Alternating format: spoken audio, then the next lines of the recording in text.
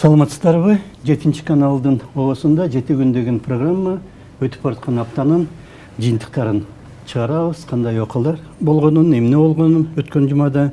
Мен жаңылыктарды 3 топко бөлүп алдым. Бизде конокто Кайрат Итибаев, Саламатсыздар.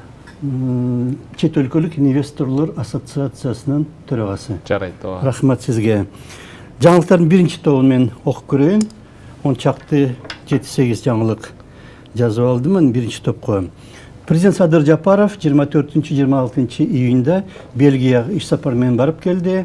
Брюссельде ал Бельгиянын падышасы Филипп, Евро кеңештин төрагасы Шарль Мишель жана башка жетекчилер менен жолугуп кызматташуу маселелерин талкуулады.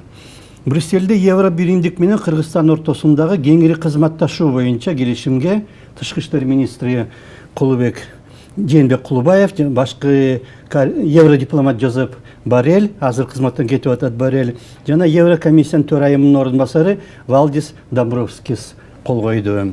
27 июнда Кыргызстанга ЕККУнун учурдагы төрагасы Мальтанын тышкы иштер министри Иен Борг келип, президент Жапаров, спикер Шакиев, тышкы иштер министри Кулубаев, чек ара кызматынын башчысы Шашеев менен жолугуп кетти.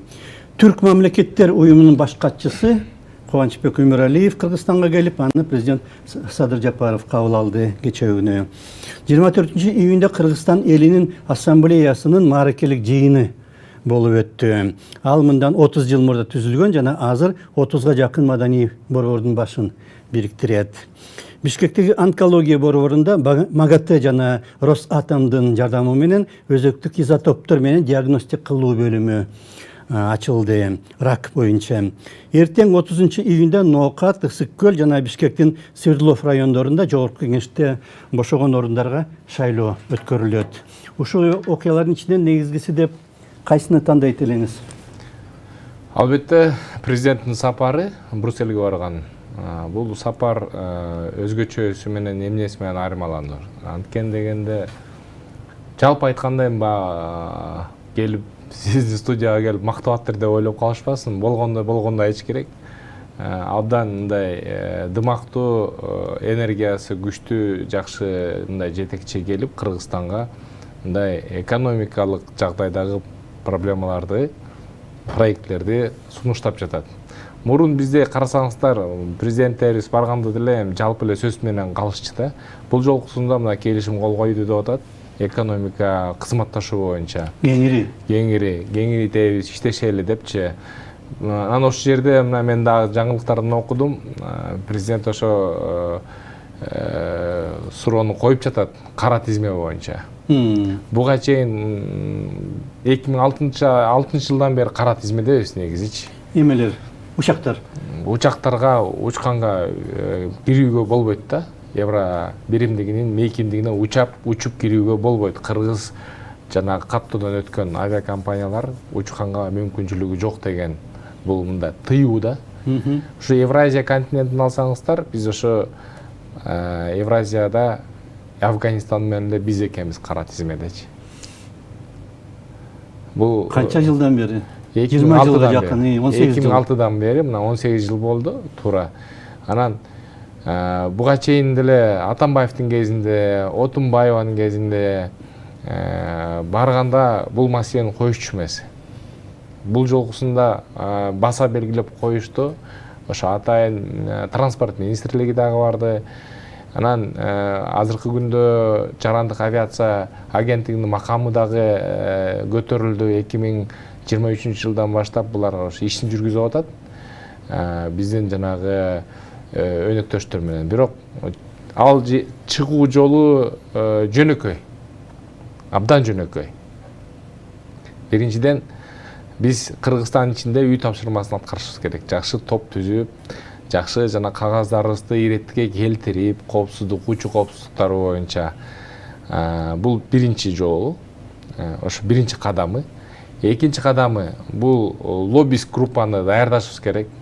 Ошо Германияда, Бенилюкстагы, Франциядагы 3 элчиликте биздин элчиликтер ошол жактагы мамлекеттеги биздин ошо кызыкчылыкты көрсөтүп берип, ошол жердеги консультанттар, эксперт болобу ошо транспорт комиссиясына кирген Евробиримдикке көрсөтүш керек да. Ошолор барып туруш керек, улам. Барып, ошол жердеги топ менен бияктагы англис тилдүү жакшы адистер менен биргелешип барыш керек. Казакстан чыгуу жолу мына 3-чү кадамын айтайын. Ошо Кыргызстанга, Казакстанга чакырып алышканда, ошол жакта алардын акчасын төлөп берип, 1 жыл иштетишти да. Келиле. Европалык эксперттерди. Европалык эксперттерди Казакстанга алып келип, анан 2018-жылы чыгып атпайбы кара тизмеден казактарчы. Анан биз ошо казактардай кылсак болот.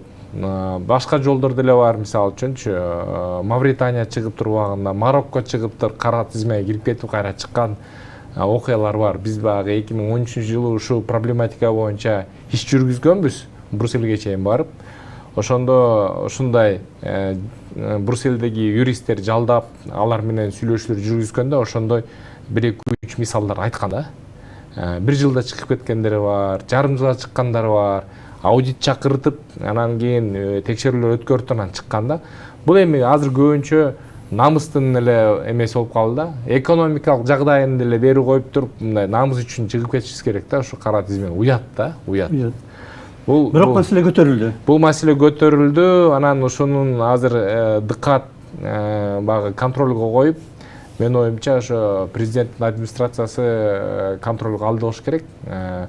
Конкреттүү бир мөөнөт коюп, бекитип, ресурс бөлүп берип, Кыргызстанды 2025-жылдын аягына чейин чыгаруу 26-жылга чейин чыгып кетишибиз керек да, менин оюмча. Бирок биринчи кара тизмеге киргенде Кыргызстанда катталган, бирок Кыргызстанда иштебеген бир африкалык компаниялар бар экен, авиа. Ошолордун айынан болуп атат деп айтылды эле. Анын эми себептери 1-2-чө. Кыргызстанда ал кезде багы Аскар Акаевдин кезинде 34төн ашык компания ачылып кеткен. Анан багы либералдуу экономика, либертаризм деген сөздөрдү жакшы сүйлөгөн бизде серепчилер бар эмеспи? Аларга кошулсаң таптакыр эле багы ачык. Эчтин баарын ачып салыш керек. Эчтин баарын ачып эле эчтеке кылып эле кылып бериш керек экен да. Азыр деле анын башка мисал айтып берем. Анан ошондой болуп кеткен да, Кыргызстанда каттоодон өтүп алып, анан кийин жана Ил-76 деген үлгүдөгү карголорду жүк ташып жүрчү. 3-4-чү мамлекетке, 3-чү мамлекеттен 4-чү мамлекетке. Мисалы үчүн ошол эле Шаржадан Италияга, Нидерландка жүк ташып берчү да. Баалары абдан төмөн болчу. Анан ошо Европанын авиакомпаниялары арыздангандыктан бийлиги алардын кызыкчылыгын кабыл алып, коргогондун негизинде протекционизм деп коет муну. Ошонтон анан кийин бизди кара тизмеге киргизип салган. Киргизген жолу дагы абдан мындай күлкүнүчтүү болгон. Булар факс жөнөткөн. Бизге карап туруп, биздикилер анда Москвага чалат. МАК деген бар, эл аралык жанагы комиссия, авиа комиссиясына чалып, ушу европалыктар суранып атат. Ал кезде JA деген болчу да, Joint Aviation Agency, азыр EASA деп аталат, EASA. Ошолор келген атат, не кылалы дейт. Анан тиги орустар айтат, силер эгемендүү болгонуңарга 15 жыл болду. Өзүңөр чечкиле, сенин бардыгы барды эле жакшы эле го, билгиле өзүңөр деп койду да. А мейли дараген алар келишет.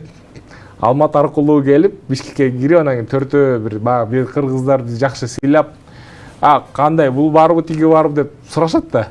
Бары бар, РУБП бар, тиги бар, бул программа бар, мамлекеттик деп жана кийин булар 3 күндөн кийин көрүп келип, авиакомпанияны көрүшөт, анда аба жолдору бар болчу, анан теги аэропортту көрүшөт, аэронавигацияны көрүшөт, биздин инспекторлор менен жолугат.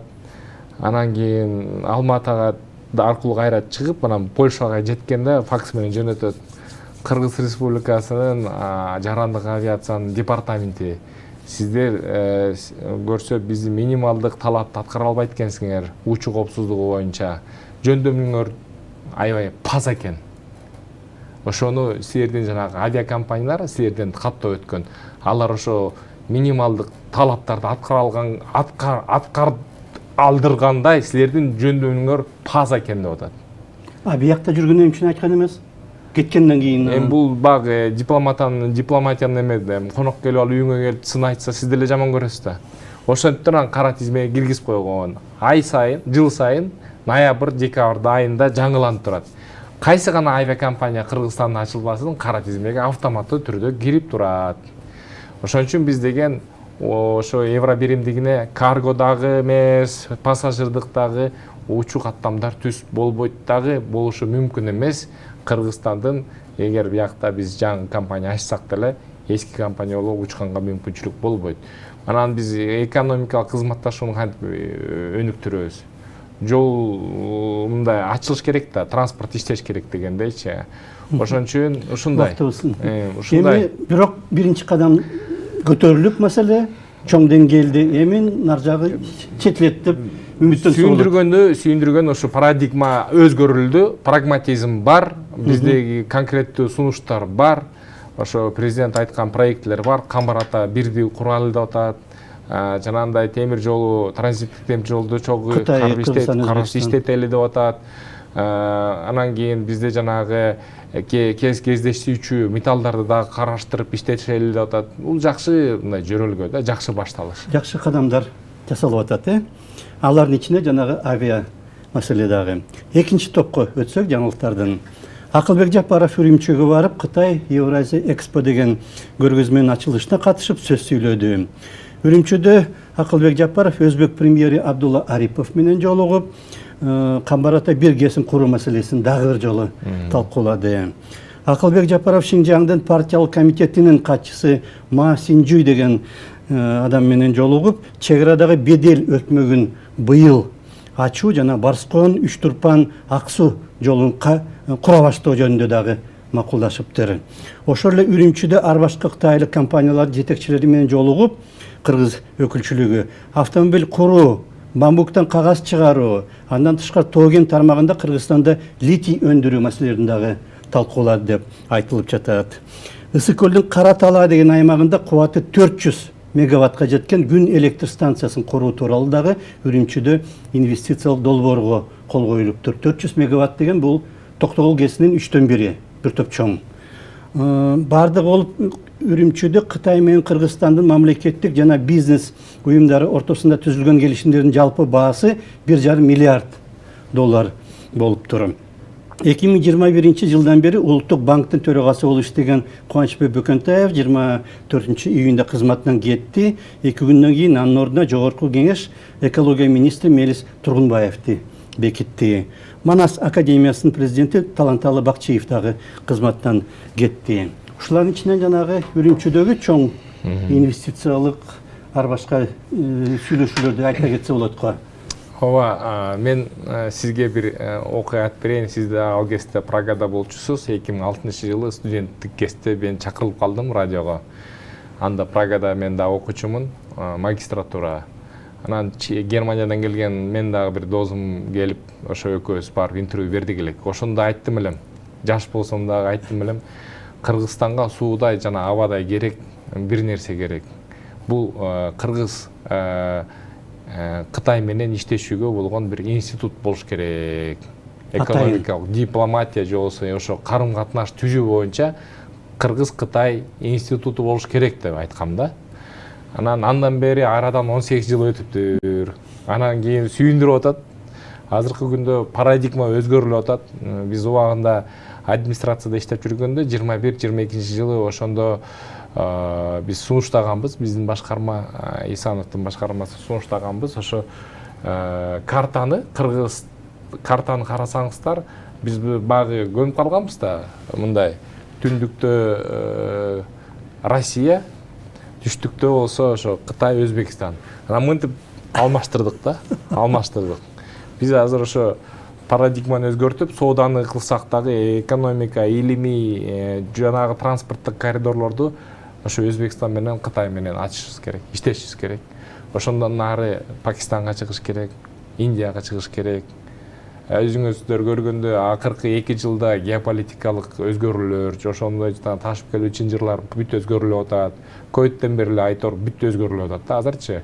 Ошон үчүн Кыргыз мамлекеттик кичинекей болгону менен биз ошо ийкемдүү болуп, канча болушунча өзүбүздүн биринчиден кызыкчылыгыбызды аныктап, ошону коргой биле алгандай, ошондой жанагындай маршруттарды ачыш керек. Кытай менен, Өзбекстан менен, мына азыр өткөндө да Алибек Жекшемкулов келип сизде айтып кетти. Туңгуюкта болгон мамлекеттин азыр бир жолу ошо транзиттик темир жолун ачуу.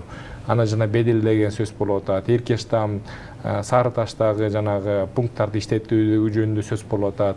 Андан тышкары эми бизде мындай бир өзүбүздүн моделибизди аныкташыбыз керек да.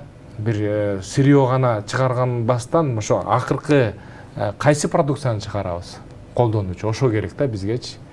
Ошого кесиптештирип өзүнчө ошого жол алышыбыз керек. Өткөндө айттым элем, негизги бизде 4+5 деген мындай секторлор болуш керек да. 4 кайсы?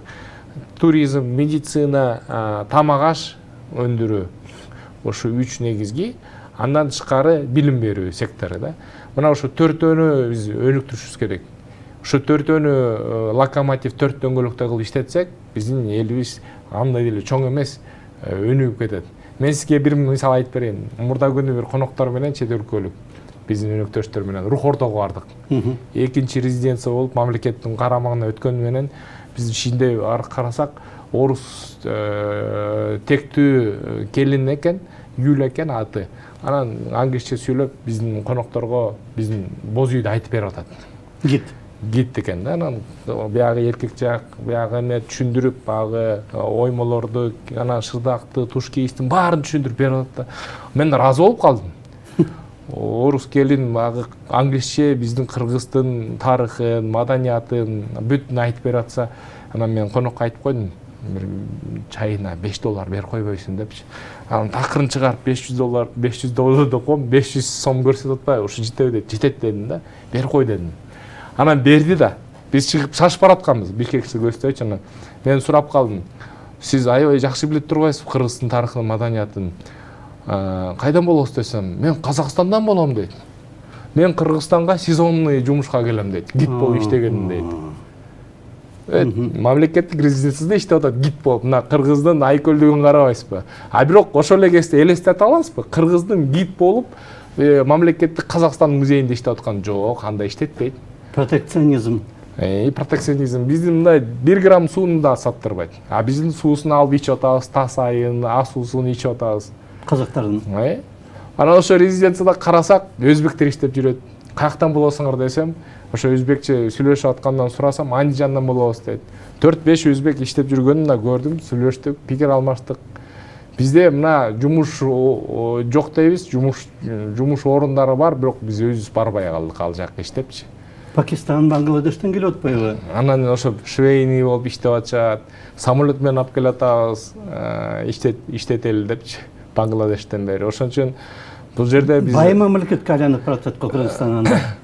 Бул тенденцияны мындай айтсак болот да, багы моделин Кыргыз Республикасынын модели ошо акыл менен иштегенде үйрөнүшүбүз керек, интеллект менен иштегенде, инновациондук продукцияны чыгарганда үйрөнүшүбүз керек да. Анан ошо Кытайга байланыштуу айтып кетчүмүн, ошон үчүн биз мындай конкреттүү бир жакшы инновациялык, мына кошумча наркы жогору болгон проекттерди сунушташыбыз керек, ошолор менен иштешибиз керек. Мына энергетика тармагында болобу, башка болобу. А кен казуу болсо бул эми өзүнчө тема, аны мен тийип эле коеюн. Бул ошо кен казууда анын финалдуу продукциясы кайсы болот, ошону аныкташканда кластердик түрдө өнүктүрсөк болот деген тилегим бар да. А так андан башка ошо жанагы 4 дөңгөлөктү кармап байланыштырган дагы 5 сектор бар. Бул банкинг, бул курулуш сектору, бул IT сектору, бул транспорт сектору, абдан маанилүү жана башта айттым. Андан тышкары бизде жанагы эмеде жанагы бизде ошо экономикалык дипломатиканы өнүктүргөн жакшы институттор керек да. Коммерциялык атташе деген түшүнүк киргизиш керек бизде элчиликтергечи. Коммерциялык атташе деген ошо эшиктерин кагылап, конкреттүү проекттерди сунуштап, өзүбүздөн даярдап чыгышыбыз керек да. Такай барып сүйлөшүп, кайра жолугуп, кайра сүйлөшүп. Коммерциялык атташе деп коет о. Да. Тышкы иштер министрлигинде ошондой эмени аны ошо сунушубуз бар да ошондой. Эми акыл үйрөтүп атат деп ойлошпосун, бирок сунуш да булчу. Ошон үчүн Кытай менен кызматташуу абдан маанилүү, туурабы? Аябай бардык тармак боюнча. 3-топко өтөлү, анда жаңылыктарды мен өзүнчө тизме кылып алдым эле мына. 20 Бишкекте ушу өткөн аптада бир нече форум болуп өтүптүр. Ооба. Бир нече форум кошуна Алматыда да мына 26-27 июнда Бишкекте саламаттык сактоо тармагына инвестиция салуу боюнча Борбор Азиядагы биринчи форум болуп өттү. 27 июнда Ысык көлдө Түрк мамлекеттер уюмунун эл аралык бизнес форуму дагы уюштурулду. Кошуна Алматыда 27-28 июнда Евразиянын өнүктүрүү боюнча эл аралык форум болуп өттү. Уран мен торий кендерин иштетүүгө уруксат берген мыйзамга президент Садыр Жапаров 27 июнда кол койду. Мурдагы мораторийди 19-жылы кабыл алынган. Алып салуу боюнча мыйзамды Жогорку кеңеш 23 июнда кабыл алган.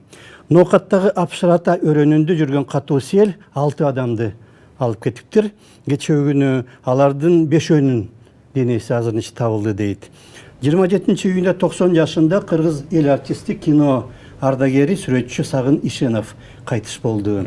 26 июнда Бишкекте театр тармагындагы ар башка номинацияда улуттук эргүү сыйлыгы тапшырылды. Иорданияда 17 жашка чейинки спортчулар ортосунда күрөш боюнча Азия чемпионаты өтүп, Кыргызстан 2-чи орунду ээледи. Кыргыз балбандары 3 алтын, 2 күмүш жана 1 коло медаль алыптыр. Кыргызстандын 2 дзюдочусу Эрлан Шеров менен Кубанычбек Айбек деген жигиттер лицензия алгандыктан июлда Парижде өтө турган Олимпиадага катыша турмай болду. Жалпы кыргыз спортчулардын саны лицензия алган Парижге бара тургандардын 15ке жетти. Ушулардын ичинен жанагы инвестициялар сизге жакын форумдар жөнүндө сөз кылсак. Ооба, рахмат. Эми жанагы түрк тилдүү мамлекеттердин уюмунун жетекчиси келди деп атасыз. Андан тышкары миллиардер келди. Ошол эле кезде Соода өнөр палатасынын президенти Рифат Чикоглу келди көлгө. Анын жакшы сунушу бар. Түрк тилдүү мамлекеттердин өзүнчө бажы бирикмеси болгону жакшы болот го деген сунушун айтты. Мен ушу сунушун толугу менен Рифат мырзанын сунушун толугу менен колдойм. Алдан тышкары ал жерге бажы интеграциялык проекттер болобу, ИАЭС түркүмдө болобу, я БИП деп коет кыргызча, ШОС болобу, же болбосо ошо жаңы бир интеграциялык проекттер болобу, биз ага даярданышыбыз керек да. Даярданышыбыз керек. Даярдануу жолу бир гана жолу бар. Бул ошого жанагы Түркиянын өзүндө жанагы Соода өнөр палатасы континенталдуу модельде иштейт. Континентал деген европалык. Ошо алар деле өздөрү Германияда жок. Германиядан, Австриядан демократиялык белгилеп айтып койгон мамлекеттерден үлгү кагылып, мыйзамын алышып, бизнестин башын бириктирген бир Соода өнөр палатасын. Ошондо мамлекет ал жакка өкмөт бүт жанагы кызматтарды өткөрүп берген. Ошондо бизнес биригип, алар деген ошо бизнес, ири бизнестин башы биригип, орто чакан бизнестин баары чогуу иштешип, кол кагыш кылып, анан сыртка да чыкканга жөндөмдүү алганда, экспорт кылганга, анан жанагындай мамлекеттик жеке менчик өнөктөштүккө ушундай бир системдүү иш алып барышыбыз керек. Бизде дагы ошо бышып жетилдик. Кыргыз эли 30 жылдан бери пассивдүү ачылган эшик режиминде иштеп келип көрдүк баарыбыз. Багы көрүнбөгөн кол деп айтат го Адам Смиттин. Азыр болсо ошого дирижизм керек. Ошон үчүн бизнестин башы биригип, бир жакшы ак чатыр түзүш керек да. Алардын кызыкчылыктарын коргой ала тургандай, анан кийин паритет маселесин кое алгандай, протекционизм кое алгандай кылышыбыз керек да. Ошон үчүн ошондо дагы жалгыз жана Үрүмчүгө барса дагы биздин төрага, кабинет министрлеринин төрагасы ошо Соода өнөр палатасынын чогуу кала барса, ошол жакта тең ата бизнес менен бизнес сүйлөшкөндөй шарт түзүлмөк. Анан инвестиция тартууга дагы шарт түзүлмөк. Анткени дегенде фонд биржасында иштей баштамак, анткени бизнесте акка чыкмак, салыктарын төлөмөк. Ошондой бизде мындай практика, бул эч кандай велосипеддин жаңы түрүн ойлоп тапкан жокпуз. Бул ошо иштеп келе жаткан эле жолду биз ошого жолго өтөлү деген эле сунушубуз бар. Бизнестин өзүнө керек да. Биригип алып иштесе жакшы болот деген сөз да. Кызматтарды көбүрөөк өзүнүн телегендей кылып иштетсе, анан кийин бир жакшы мамлекет менен иштей алган, чет өлкөлүк ошо өнөктөштүк палаталар менен иштей алып бара алганда англис тилди билген, жакшы, энергиясы күчтүү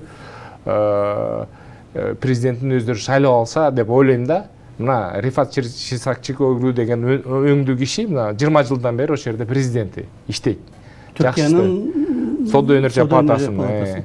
Алар биржаларды да бириктирет, соода палаталарын бириктирет, өндүрүш палаталарын бириктирет. 57 жылдан бери иштерди алып барат.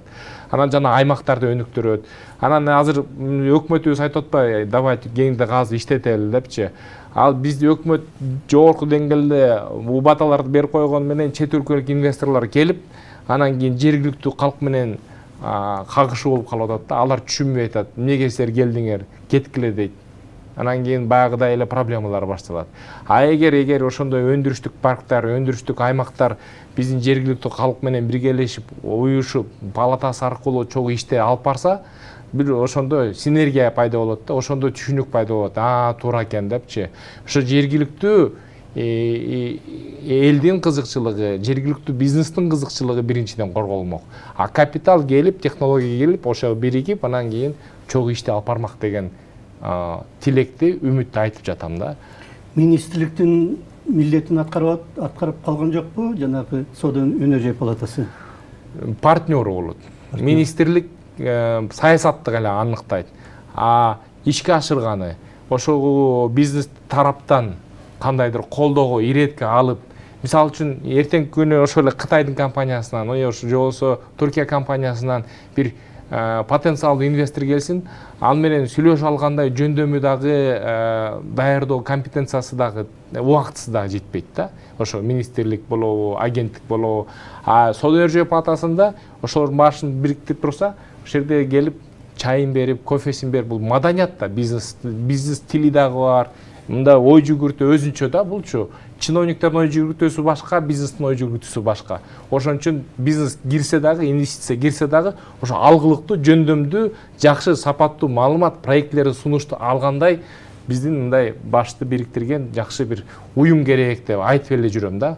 Ага даже жада калса жаратман деп Кыргыз соода өнөр палатасынын жаңы мыйзамын да даярдап койгонбуз, концепциясын даярдап койгонбуз, презентациясын даярдап койгонбуз. Ошо Рифат Шисакчыоглунун палатасына чейин барып окуп да келгенбиз. Лицензия эмесин, сертификатын алып келгенбиз да. Убагында администрацияда иштеп жүргөн. Өкмөттүн дагы колу бошойт да. Анткени алар саясатты аныктаса, өкмөт менен министрлик тигил жана кара жумуштун баарын соода өнөр палатасы жасап коет. Албетте. Мына эшикти такылдатып эле, шарт түзүп эле эшикти ачып берсе эле, шлюздарды ачып берсе эле, калгандын кыймыл аракеттин баарын бизнес жасаш керек да. Негизи ошондой да, дүйнөдөчү. Анан кийин бир жакка барса дагы өзүнчө бир самолет ошо соода өнөр палатасылардын баары биригип алып туруп барса жакшы да. Анан бизде дагы ошо мындай кичине өзүбүз мындай бекем болуп, бизнесте мындай үйрөнүп жакшы иштетип кетмекпиз да. Азыр мына өсүп келаткан болочоктогу биздин ишкерлер дагы ушу ушакка барып палатага мүчө болуп, ошолордой болуп окуйн, иштейин деп тартыла баштайт да. Азыр болсо бизде жаштарыбыз жок, прокуратурага барайын, ГКМБга барайын, УКМКга барайын, же болбосо парламентке барайын, депутат болоюн дегендер бар да биздечи. Көп. Эгер биз ушундай уюмду ири бизнестин башын бириктирип эле бир жакшы мыйзам берип туруп, мыйзамдын ичине ошого кызматтарды берсек, төлөм эмес, мүчөлүк төлөмдөн акча деле табылбайт. Ошо кызмат көрсөтүү аркылуу табылып, бул ири чоң уюм болмок да, Кыргызстанда бир гана. Ошо менен иштешип, ишти жакшы алып барса болот да. Мисалы үчүн Ошто, Жалал Абадта, мисалы үчүн азыр бизде калктын көбү ошакта жашайт, бизнестин көбү ошакта, бирок палата дегендин жытын да билбейт да, мына биригип алып иштегендечи, мындайчы. Аяка жете элекпи палата? Ал жакка жете элек, ал түшүнүк бар элек. Мына азыр бизде бизнес ассоциациялар бар, мен сыяктуу өңдүүлөр, алар ошо өзүнчө жамаат кылып алып барышат. Бирок аларда өкмөттөн өткөрүлүп берилген кызматтар жок. Ошо убактыбызды аяктап калдык. Анан 193 мамлекет болсо, ар бир мамлекетте ошондой палата деген бар да, багычы. Анан эми сөздүн аягында ошо прагматизм, улуттук кызыкчылык, паритет, протекционизм деген нерселер, дирижизм деген нерселер иштеш керек Кыргыз жеринде, элинде. Рахмат сизге.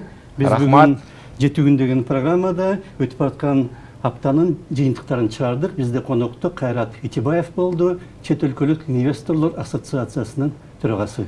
Рахмат сізге. Жақсы. Саламаттаңыздар.